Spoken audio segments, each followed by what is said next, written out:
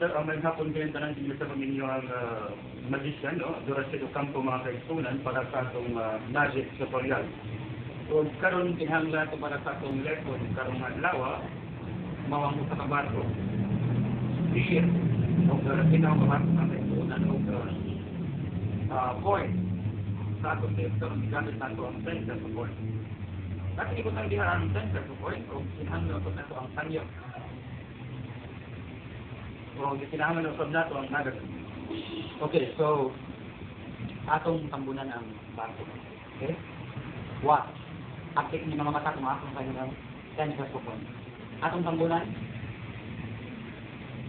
Atong gawa ang center point na nasa ilalim. What? Okay? What's up? Up.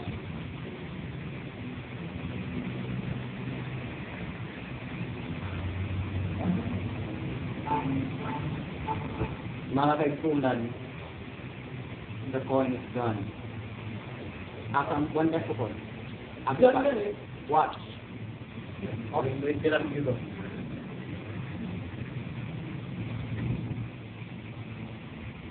Ito.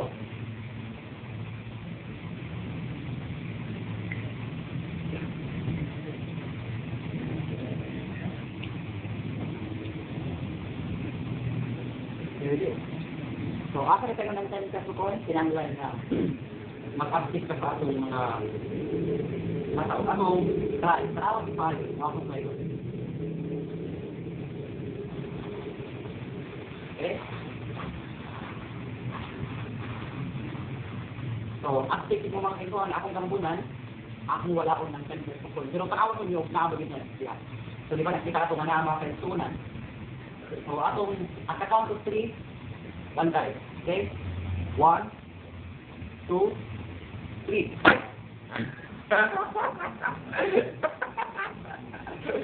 For the tutorial, abangan lang ang akong next video.